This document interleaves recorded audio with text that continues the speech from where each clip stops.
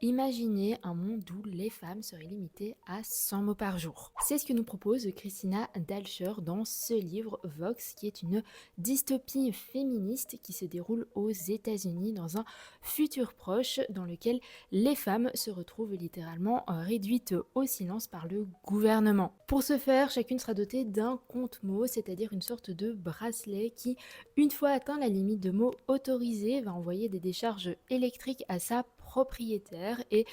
évidemment ce ne sera pas la seule mesure de ce régime autoritaire puisque les femmes seront également contraintes de renoncer à leurs emplois pour laisser la place aux hommes et devront se cantonner au foyer, aux tâches domestiques, donc le ménage, la lessive, la vaisselle, les enfants, etc. Et dans tout ça, nous on suit Jean qui est neurolinguiste et qui est donc extrêmement bien placée pour nous parler de l'importance du langage dans une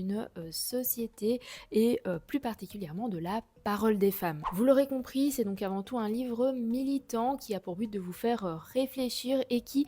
surtout va faire écho à la situation actuelle aux États-Unis où malheureusement les droits des femmes sont de plus en plus menacés. Alors j'ai parlé du fond, mais en ce qui concerne la forme, je dirais que c'est assez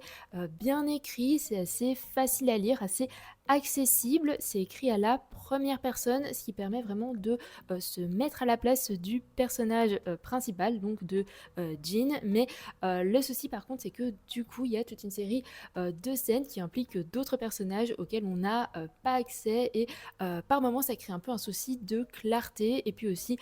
c'est des scènes qui, je pense, auraient été intéressantes à exploiter. En tout cas, j'espère être parvenue à vous donner envie de lire ce livre et si vous l'avez déjà lu, n'hésitez pas à me dire ce que vous en avez pensé.